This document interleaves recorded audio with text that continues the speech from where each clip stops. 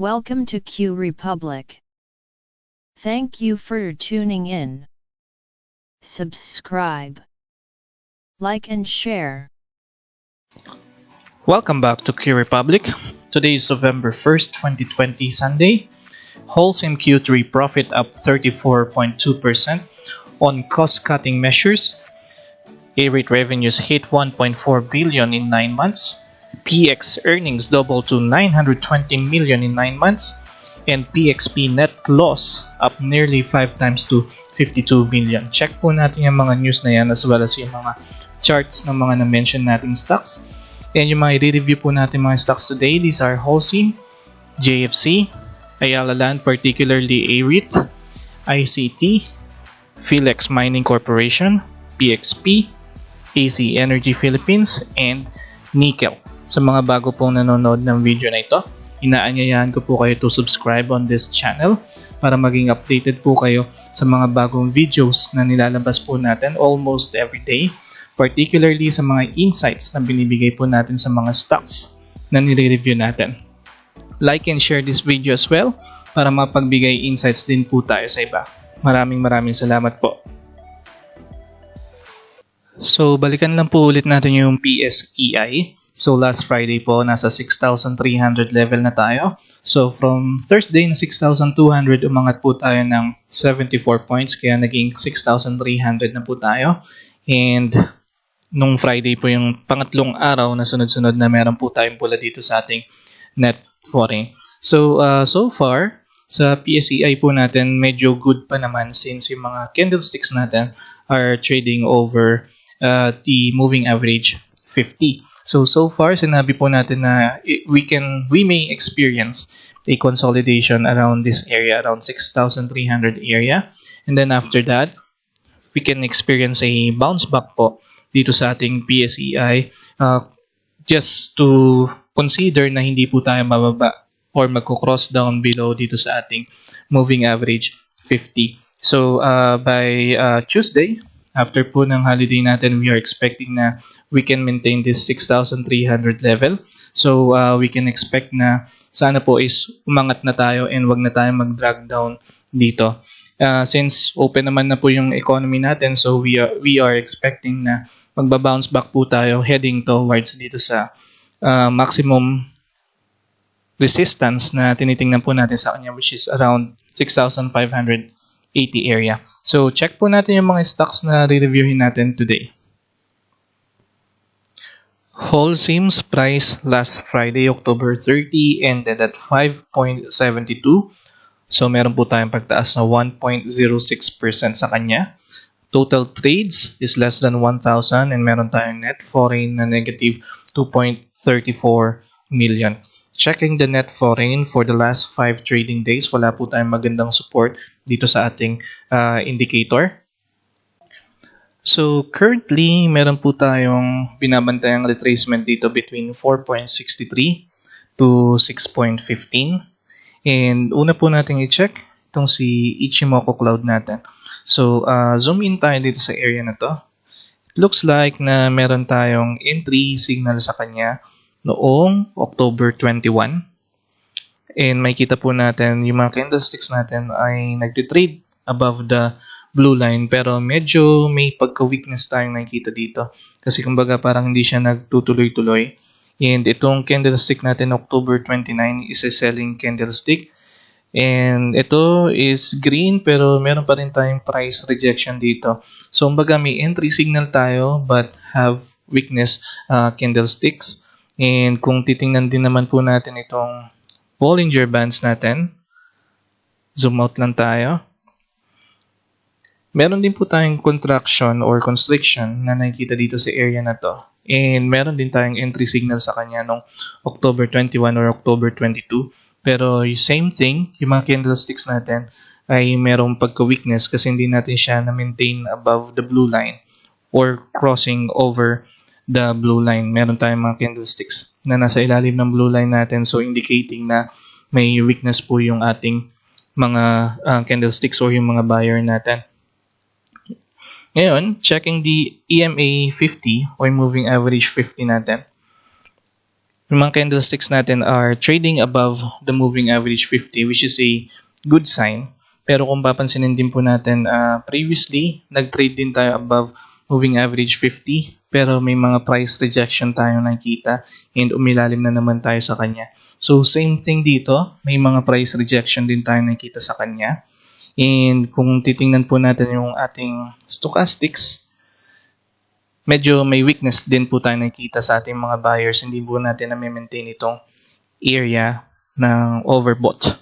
Though meron din naman tayo nakikita sa kanyang pagtaas dito sa stochastics natin. Pero more on sa mga indicator natin, nakikita natin na medyo may pagka-weakness pa itong si Holcim. So, iyon po yung kailangan nyo ma-observe sa kanya. May mga entry signals tayo sa kanya.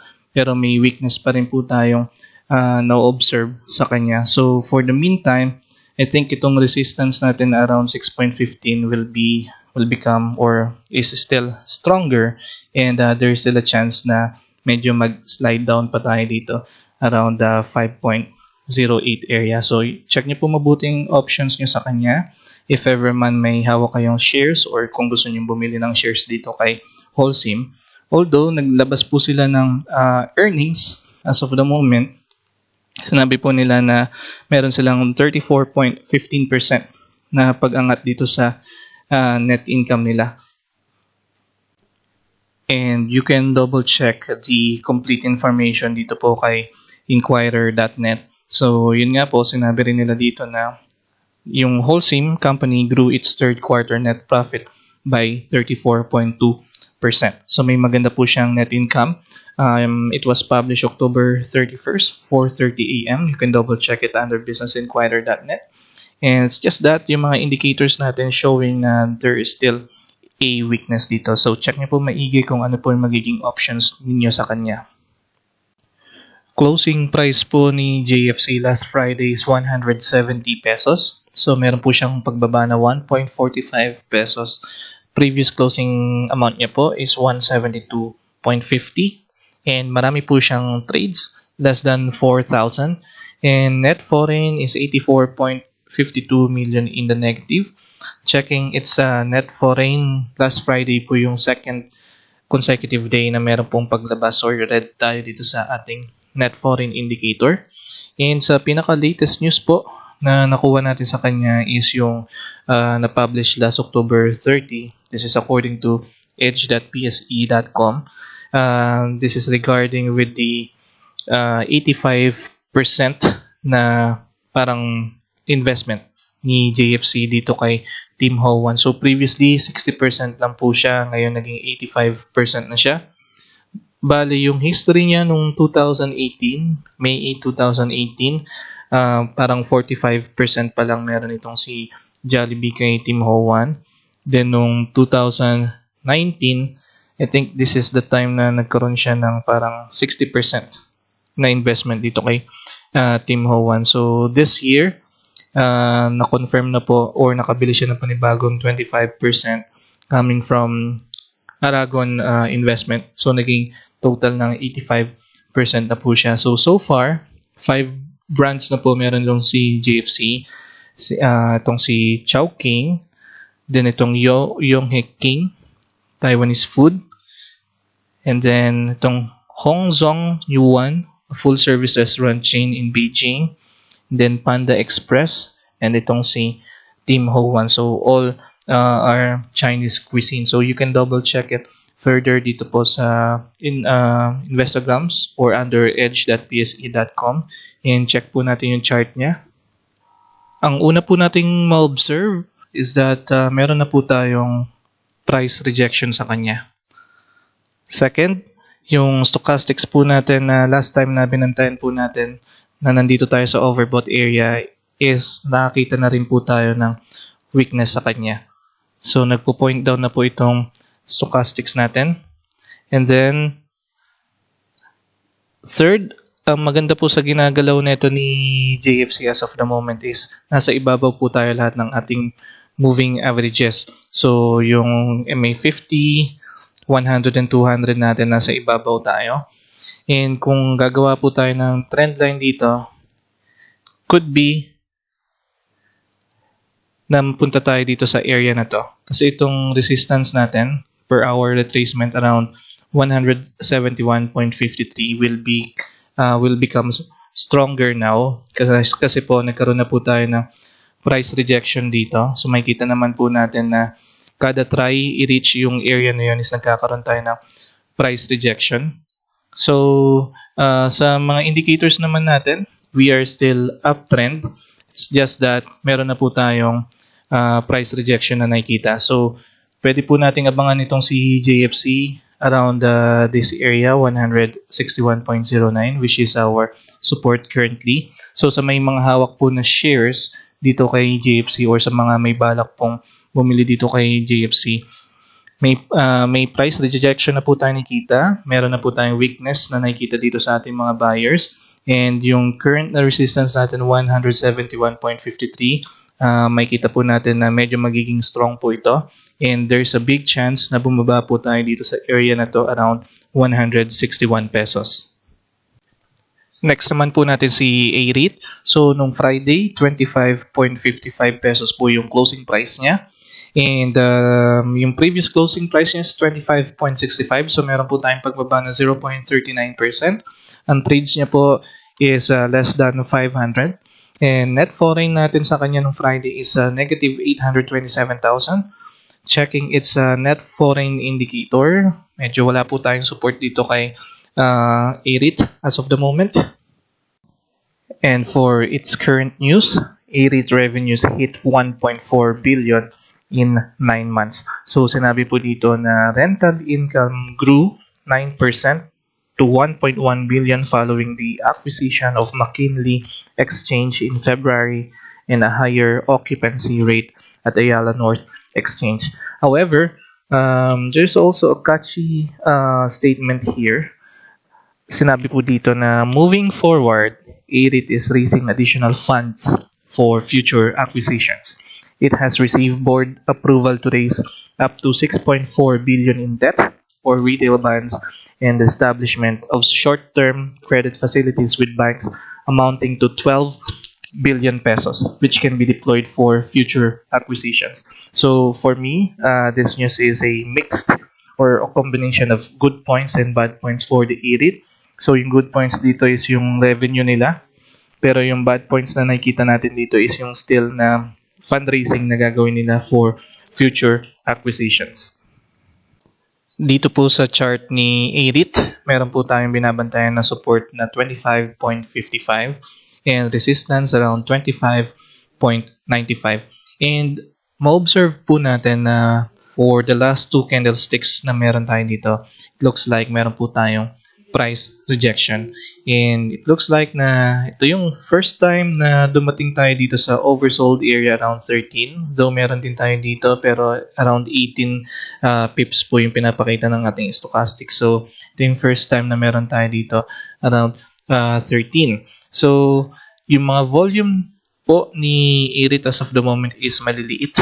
And konti lang po yung trades na nakikita natin sa kanya as of the moment. And so itong resistance na binabantayan natin 25.95, I don't think na mapupuntahan po natin siya in the near future or in the following weeks. Medyo mahina pa po yung pasok ng mga buyers natin dito kay A-REIT. Ito naman pong support natin na 25.55. Medyo alanganin din kasi meron tayong nakitang price rejection dito. And meron din tayong history sa kanya na bumaba tayo dito around 25.25. So if ever may hawak po kayong shares dito kay A-REIT or balak niyo pong pasukin ito si A-REIT, try to observe first kasi there's a possibility na lumusot tayo sa ilalim na itong support area natin na 25.55 and we can observe this history level natin around 25.30 area. Check naman po natin si ICT. So last Friday, 115 pesos po yung closing price natin. May pagtaas po tayo na 0.44% sa kanya. And marami rin po tayong trades, less than 2,000. And yung net foreign natin sa kanya last Friday is negative 82 million. Checking the net foreign indicator ni ICT, this is the third consecutive day na nagkaroon po tayo ng pula dito sa ating net foreign. Pero we can also observe na hindi po masyado maganda yung pasok ng ating mga foreign investors dito kay ICT. So check po natin kung ano makikita natin sa kanyang chart. Dito po sa chart ni ICT, may ino-observe po tayong 112 area as its support and then resistance na 121 area as its resistance. Also, it's noticeable na meron po tayong uptrend na ginagalaw dito kay ICT primarily because nag-o-open na nga po yung economy natin. And second na ma-observe natin dito is that meron po tayong mga price rejection and meron din tayong mga lower high sa kanya. Pero kung titingnan nyo rin naman po yung mga nakaraang candlesticks niya, meron din mga price rejections at meron din tayong mga lower high sa kanya. And itong mga volume naman na titingnan natin, maganda naman. Parang consistent naman yung pagpasok ng malalaking volume. And as of the moment, meron po tayong weakness na nakikita sa ating mga buyers. We are going here in the oversold area. And check naman po natin yung mga indicators natin sa kanya. So, unahin po natin itong si Ichimoku Cloud. Dito po kay Ichimoku Cloud, makita po natin na kung magzo-zoom in po tayo dito sa area na to, makita natin na itong dalawang candlesticks na po natin na to is nag-touchdown na po dito sa 26-day average period natin. So, kumbaga parang nahinto po yung magandang uptrending na ginagawa nito ni ICT per the Ichimoku Cloud. Ngayon, check naman po natin si Bollinger Bands. Kay Bollinger Bands, it's the same. Bumaba na po yung mga candlesticks natin dito sa red line natin. So, kumbaga parang naputol din po yung uptrend na ginagalaw niya and nagkakaroon na naman po tayo ng panibagong constriction or contraction dito kay Bollinger Bands. So, kay Ichimoku Cloud, uptrend tayo. Kay Bollinger Bands, uptrend din tayo. Pero, may weakness po tayo nakikita sa mga candlesticks natin. Ang maganda po sa ginagawa ni ICT ngayon is nagtitrade tayo over the moving averages, especially itong moving average 50 natin. So, highlight lang natin si moving average 50. So, kung mapapansin natin, same din po siya ng trend line na drawing natin dito. And itong mga candlesticks na to, it looks like they are respecting this moving average 50. Kaya lang, at this time, nakita na naman tayo ng parang weakness kasi na-touch na natin itong moving average 50. The same thing na nangyari dito sa kanya. So as of the moment, kung gusto niyo pong pasukin itong si ICT, medyo mag-observe po muna tayo kasi meron tayong support or we are already in the near support area na 112 pesos. And though uptrend pa naman tayo, pero dito sa stochastics natin kasi meron tayong weakness na nakikita sa kanya. And historically, umabot tayo hanggang dito sa oversold area level na parang 0.06 sa stochastics natin. So kung may hawak kayong shares dito kay ICT, uptrend pa naman siya and there is still a chance na ma-maintain natin tong area na to na 112 to 121. Wag lang pong lulusot itong mga candlesticks natin dito sa moving average 50 natin kasi if ever, ang observe na po natin is bababa tayo dito sa 105 area. So sa mga gusto pong pumasok dito kay ICT, hintayin nyo po muna bumaba yung stochastics natin hanggang oversold area. And then let's see kung anong range na po yung tatakbuhin natin bago natin siya pasukin. Pero then again, ito pong si ICT is still uptrend. Though may little weakness na tayo makikita, so baka magkaroon muna tayo ng consolidation around this area. Then let's see what will happen.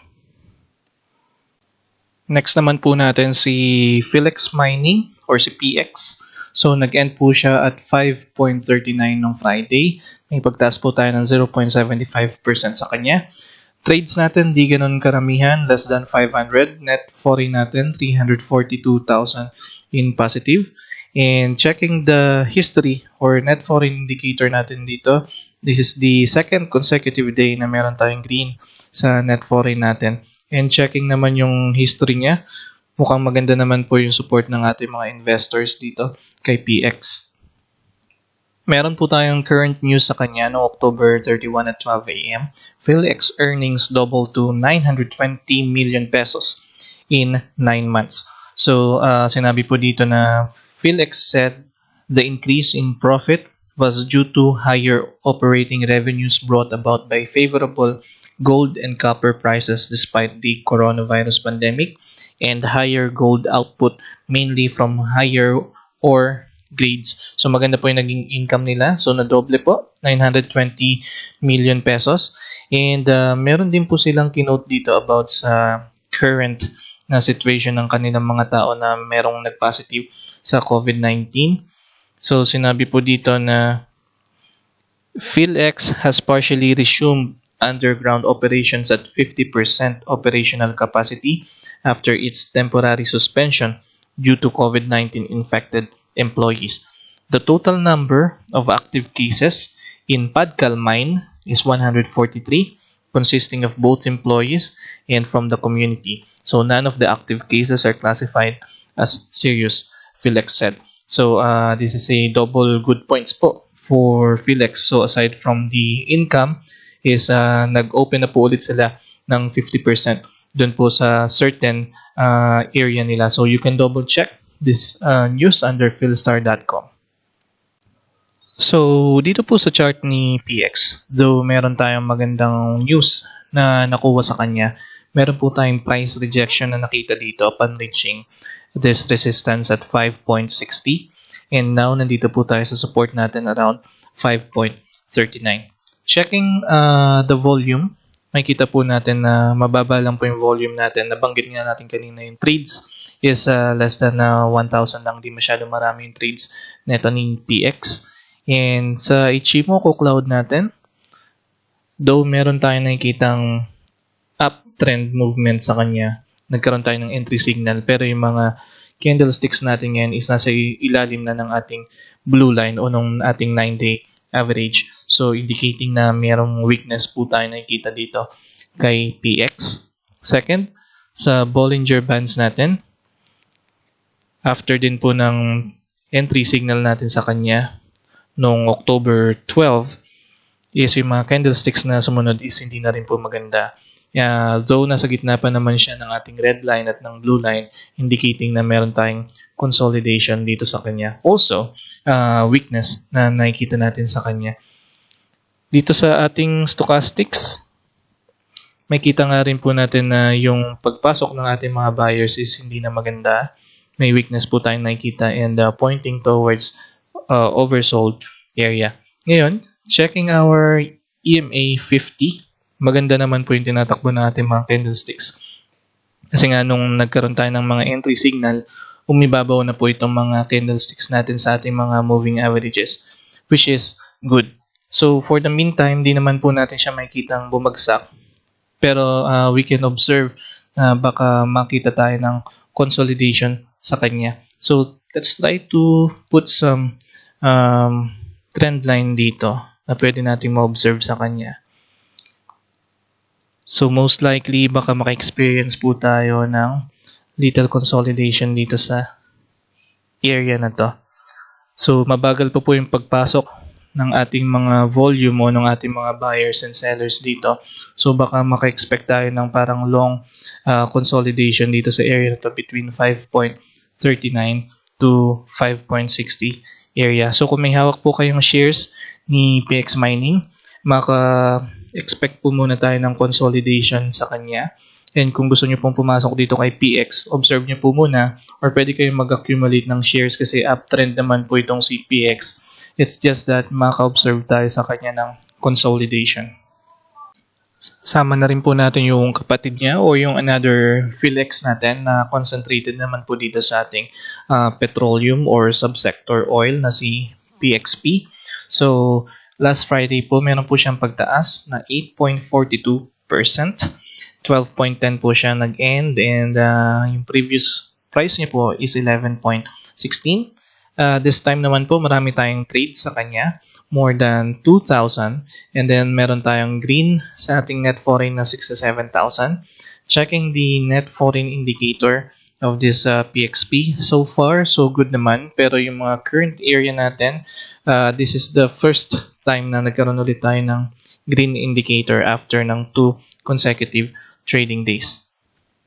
When it comes sa news naman po ni PXP, it looks like na kabaligtaran naman siya ni PX natin. Kasi itong si PXP, sabi po dito, October 30, 2020 at 7:19 p.m., PXP net loss up nearly 5 times to 52 million pesos. So sinabi po dito na reported a net loss of 52.1 million to its equity holders in the 9 months to September, or nearly 5 times more than its losses a year ago after a double-digit fall in petroleum revenues. Pero sinabi rin po dito na it managed to trim its core net loss to 30.6 million pesos from 31.2, although its reported net loss was around 3 times higher at 66.5 million, the company's disclosure to the stock exchange showed. So, pretty much medyo hindi po maganda yung income ni PXP. Pero may kita rin po natin dito na isa sa mga highlighted or mga highlights na nangyari dito kay PXP is itong ang Department of Energy's resume to work notice on October 16. So, in relation to the company's operating interest in SC75 in Northwest Palawan Block. So, its subsidiary also received a similar notice for its operating interest in SC72. So, kumbaga parang mixed of good points and bad points po ito. So, yung bad points niya is yung income nga po ni PXP. Pero currently, meron po siyang magandang project dun sa ating West Philippine Sea. So, that's the good points naman po na meron tayo dito kay PXP. So, dito kay PXP, after po ng gap up natin, ang area na tinitingnan na po natin ngayon is 1075 as its support and 12.82 as its resistance. And checking yung Ichimoku Cloud natin, so meron siyang strong uptrend. However, it's noticeable na itong dalawang candlesticks natin, last 2 candlesticks, are dumidikit na dito sa blue line natin. So, kumbaga parang meron na tayong slight weakness na na-observe sa kanya and it's going into the consolidation pagka po meron na tayo nakikita sa kanyang pagdikit sa blue line or pag go below ng blue line natin. And checking the Bollinger Bands, it's the same thing. Pumasok na po yung mga candlesticks natin dito sa blue line natin and nasa gitna po siya ng blue line at ng red line ng ating Bollinger Bands. So, indicating na meron po tayong consolidation na mangyayari sa kanya. And since meron po tayong strong uptrend, nakakita po tayo ng mga candlesticks ngayon na nagtatrade above the moving average 50. So, if ever, maka-observe po muna tayo ng consolidation, maybe for a few more days or a few more weeks. So, observing this area. So, consolidate po muna tayo sa kanya bago po natin siya tuluyang ma-reach itong resistance area natin around 12.82. And per the stochastics naman, meron naman tayong strong support ng ating mga buyers. So, magandang level din naman to kasi nga strong uptrend tayo. Yung mga buyers natin tuloy-tuloy pa rin sa pagpasok. However, itong mga candlesticks natin is somewhat nagkakaroon tayo ng rejection upon reaching this 12.10 area. So maybe we just need to have a little more space or kailangan mo nang huminga nito ni PXP. So habang hinihintay po natin yung pag-angat na itong mga moving averages natin, so magko-consolidate muna tayo dito. So if ever may hawak po kayong shares dito kay PXP, so siguro hold nyo lang muna yan. Uptrend naman tayo. And kung gusto nyo pong pumasok dito kay PXP and gusto nyo bumili ng shares, we can observe na pwede pa natin siyang makuha dito around 10.72 or 10.75 area since magko-consolidate po muna tayo. Balikan lang din po natin si ASEN. So last Friday, 3.73 yung closing price natin. May pagtaas tayo na 1.36%. Marami po tayong trade sa kanya, more than 1,500. Meron din po tayong good net foreign sa kanya last time, 2.49 million. And checking the net foreign, maganda naman po yung support ng mga investors natin dito kay ASEN. So let's go po sa chart niya and let's see kung ano po yung mga tinatakbo ng candlesticks niya. As of the moment, maganda pa rin po yung trend na pinapakita nito ni ASEN sa atin. So strong pa rin po yung ating uptrend sa kanya. So yung mga previous candlesticks naman natin is nakaibabaw dito sa blue line natin. Per the Bollinger Bands, so may panibago tayong parang expansion sa kanya. So nung October 7, October 8, nagkaroon tayo ng entry nung October 12. And so far, bumaba po yung mga candlesticks natin dito sa blue line natin. And nasa gitna po siya ng median tsaka yung upper line natin. So indicating na may consolidation po tayong nakikita sa kanya. And isa sa mga magandang ginagawa ni ASEN is yung mga candlesticks niya po is trading above the moving averages. So maybe hihintayin lang muna natin makahabol tong mga lines natin sa kanya dito sa area na to. So ang support po natin nakikita is 3.60 area and resistance is 3.97.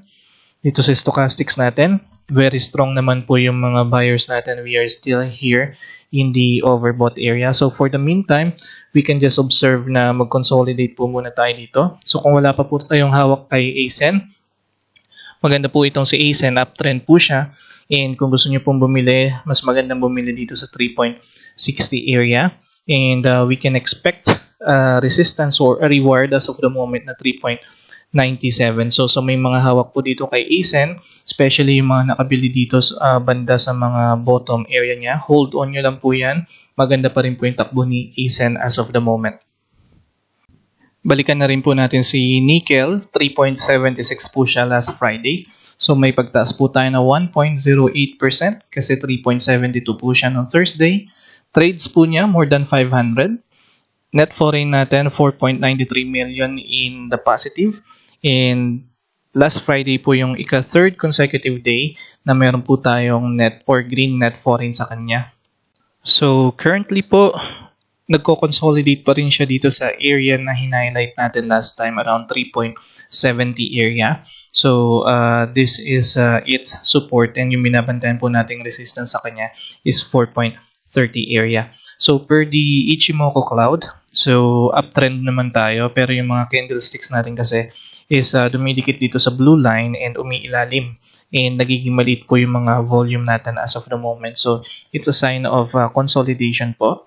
As well as per the Bollinger Bands, nasa in-between po siya ng ating median line at nung ating upper line. So, it's also a consolidation for the indicator na Bollinger Bands. And sa maganda pong tinatakbo nito ni nickel is that they are trading or it's trading above the moving averages. So, if we can draw a trend line sa kanya, could be na mag-consolidate muna tayo sa kanya hanggang sa hinihintay pa natin itong mga moving averages na medyo dumikit sa kanya na kaunti.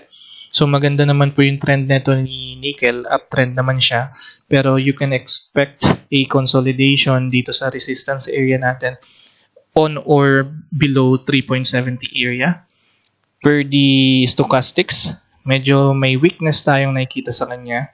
So that's why we can also observe the below area na mag-consolidate tayo sa kanya. So, wag lang po kayo masishaken kasi kung bumaba man tayo dito sa resistance natin around 3.75, it's still okay kasi uptrend pa rin naman tayo. Supported pa rin naman tayo ng mga indicators natin. Pero yun nga lang, medyo baka matagalan pa tayo sa pagko-consolidate kasi may hina pa yung mga volume natin. So, if ever, you can accumulate shares muna kung may mga buying power pa tayo. And yung parang resistance or yung reward na tinitingnan natin dito is dito sa banda sa 4.30 area. And that's it for today. Kung nagustuhan nyo po itong video na ito, please like it and share it as well para mapagbigay insights din po tayo sa iba. Sa mga bago pong nanonood ng video na ito at sa mga patuloy na nanonood ng video na ito na hindi pa po nakasubscribe, I am inviting you to please subscribe on this channel para maging updated po kayo once na meron na po tayong bagong video and particularly sa mga insights na binibigay po natin sa mga stocks na nire-review po natin. Maraming salamat po. I'll see you soon. Q Republic.